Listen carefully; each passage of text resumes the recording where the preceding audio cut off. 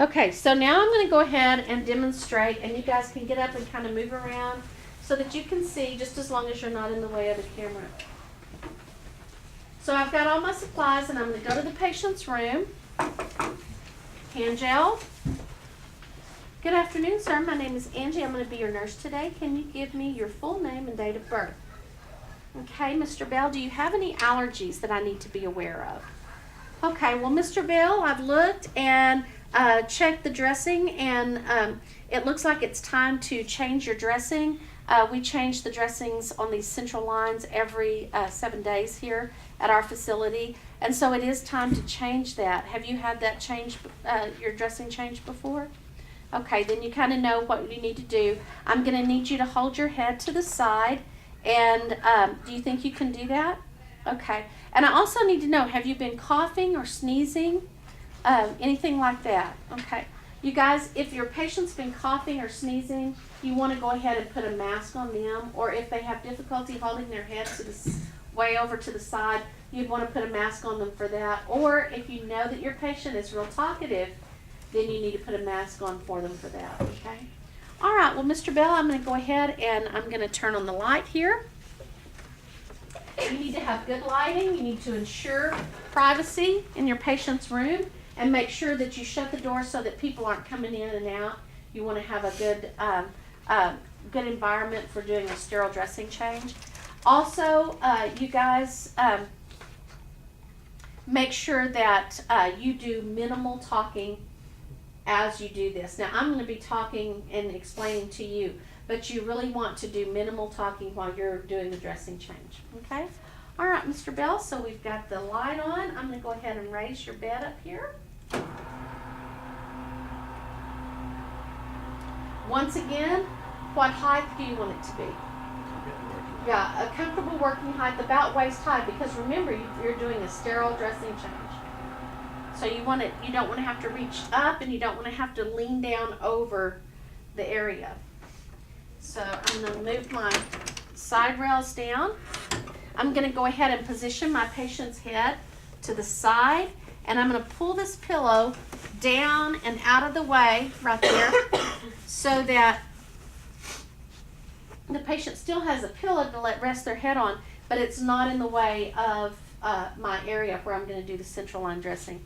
Also, hopefully your patient will have snaps on their gown, and you can take the snaps off, tuck the back of the gown underneath the patient, and then you'll take the top of the gown and fold it under. This gown does not have snaps, so I'm going to show you how you do this. Mr. Bell, I'm just going to remove your gown for just a second. I'm going to fold it back under here where it covers his chest, kind of tuck it under here so that I don't have anything in the way of that dressing change. Okay. All right, Mr. Bell, I'm going to go ahead and check at this point and see if there's any tenderness. Mr. Bell, tell me if that hurts. There's no pain, there's no redness, there's no heat, there's no swelling, and there's no purulent drainage, okay? Now I'm going to go ahead and I'm going to check my clamps and make sure all of my lumens are clamped off. I'm also going to check the caps and make sure the caps are tight. And I'm going to fix those lumens to where they're kind of straightened out so it'll be easy to clean. Now I'm ready to go ahead and start with my dressing change. I've got to get the old dressing off, but before I do anything, I need to make sure I have my mask on. So I'm going to inspect my kit and make sure that my kit is not expired, it doesn't have any water damage, it has no holes or anything, and so my kit is good. So I'm going to go ahead and open up this kit. I'm going to take the draped kit out. Mr. Bell, is it okay if I put this right here? I usually put this right there on the patient's abdomen or on their chest so that I can have some place to put my cotton swabs and all of that. And then I'm just going to open up my kit just a little bit. I can touch the outside. I love these kits. The blue is the part you can touch, the white part. The blue is the part you can touch with just clean gloves on or your bare hands. The white part is where you'll need to have your sterile gloves on, except for that 1 inch around the edge. And so I'm just going to lift up right here on the blue part, and look, there's my mask. I'm going to go ahead and get my mask out and put my mask on before I ever take my dressing off. You want to make sure that this mask fits around your face. Some people have trouble with the mask coming up, and if it gets in the way of your sight, that's not good. So, okay, I've got my mask on, put my glasses back on, and I'm going to go ahead and get my gloves. Put my gloves on. And now I'm going to go ahead, I'm ready to remove the old dressing. Remember, the insertion side is where the tube goes into the skin. I want to put my index finger over the insertion site and hold it steady. That way, as I'm pulling off the dressing, the tubing, the catheter itself won't pull out, okay? It stabilizes the catheter and also makes sure that that bio-occlusive dressing remains over the insertion site till the very last minute. And then I'm just going to start, and I'm going to go to one corner of the dressing and start to pull the dressing off. When I get it pulled up kind of like that, I'm going to just grab it with my thumb, and I'll grab another corner and pull it up, keeping my index finger on that insertion site. I do not want to touch the skin. I just want to pull up the dressing. I don't want to touch the skin underneath the dressing. Boy, this one's stuck really good. Sometimes your dressings will come apart like that, and so you just have to do your best in pulling it off gently.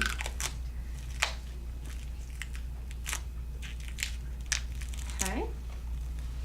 And then I'm going to pull the last corner up, but I've still got my finger over that insertion site.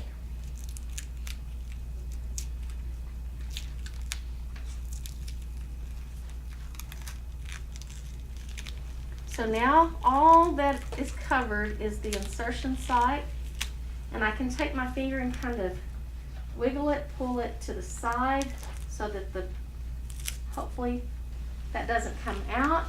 And now I've got the dressing off. I take off my gloves. I'll trash them. Very important, I do hand hygiene in between. I can adjust my glasses now. Hand hygiene again, because my glasses started falling down. And now I'm going to open up my sterile kit. Let me get this out of my way. So I'm going to open up my sterile kit away from me. And just like with the Foley catheter, I'm going to grab my gloves, switch hands, pull it down. And there I have my gloves. I can reach up underneath here, kind of square this up. And now I'm going to come down to the end here and put on my sterile gloves.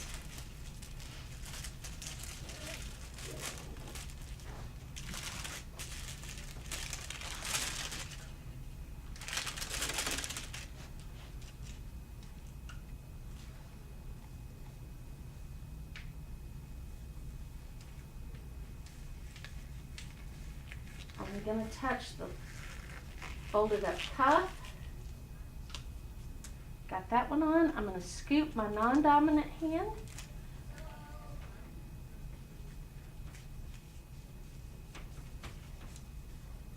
And I did contaminate, so I'd have to start over again. I contaminated with my thumb. So I would start over again, re-glove. Remember that y'all have one time that you can catch yourself contaminating, okay? So I've got on the new pair of sterile gloves. I always take an extra pair of sterile gloves in with me just in case that happens. And so now I'm ready to start my cleansing. I'm going to open up the alcohol swab, okay? You guys will open up your alcohol swab next week. You'll just need to kind of squeeze some of that alcohol out. You can actually put it on the mannequin. You just can't put the chlorhexidine on the mannequin. So I've opened up my alcohol swab. I'm going to reach in here. I'm going to grab my cotton tipped applicator. The practice kits have two, but your testing kits only have one, so keep this, okay? I'm going to lift the lumen up. You guys can move if you want to. I'm going to lift the lumen up, and I'm going to start at the insertion site where the tubing goes into the skin. And I'm going to clean here for 30 seconds, and then start making small concentric circles covering everything on the hub. I'm going to inspect those sutures as I'm doing this and cleaning. But I do not want to go back over something that I've already cleaned before, so watch how you're doing that.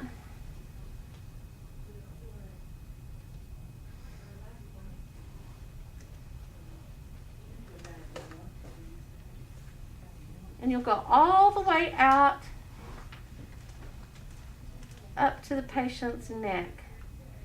When you get that, then you can clean each of the lumens on top.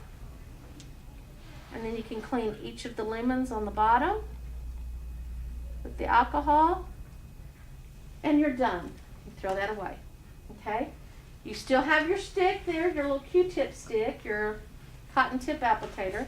Now you're going to let that dry, and then you're going to pop this. Now you guys, when y'all are doing this next week for testing, you won't pop it. You'll just act like you do. See how it has that point on the chlorhexidine swab?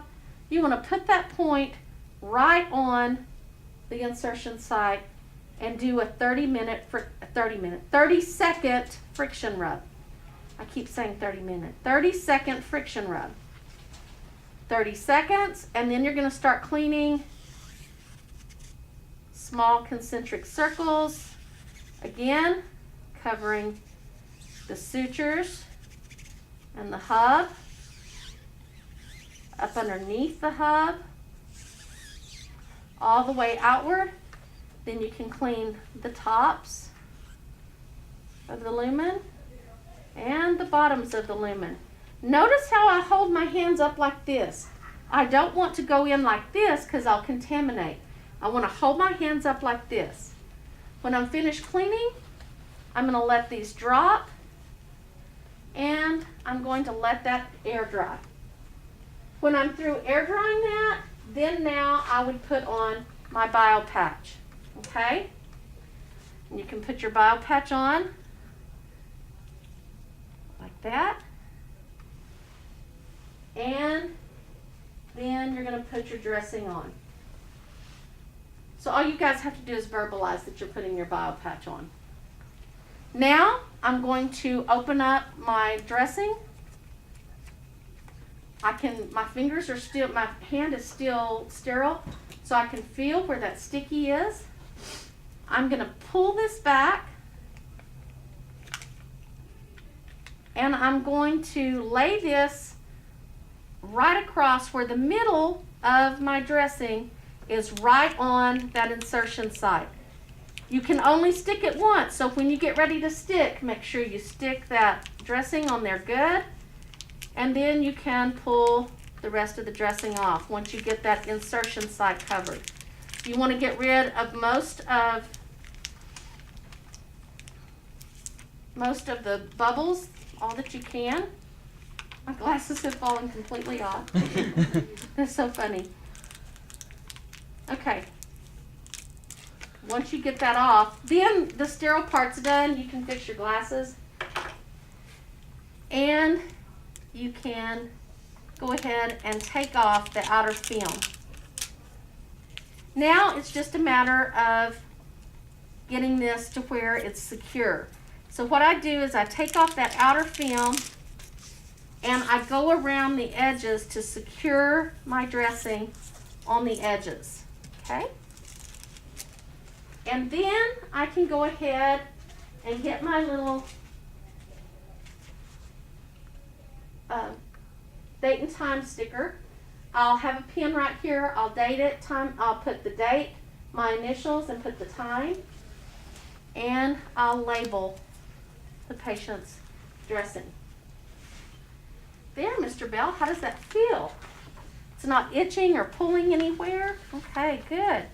All right, Mr. Bell, I'm going to go ahead and put your head back and get you comfortable. Let's go ahead and fix your gown.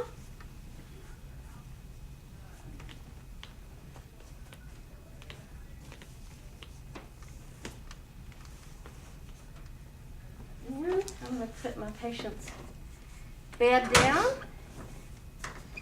Mr. Bell, I can raise your head up just a little bit. Tell me. That's pretty good. And then I'm going to put the bed down. I'll put the call light within reach. Make sure the bed's in low position. The side rails are up and it's locked. Then I'm going to go ahead and remove my PPE.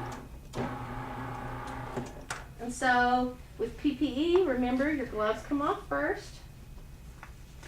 Gloves come off. Hand hygiene. Your mask comes off. Hand hygiene. And now you need to teach your patient.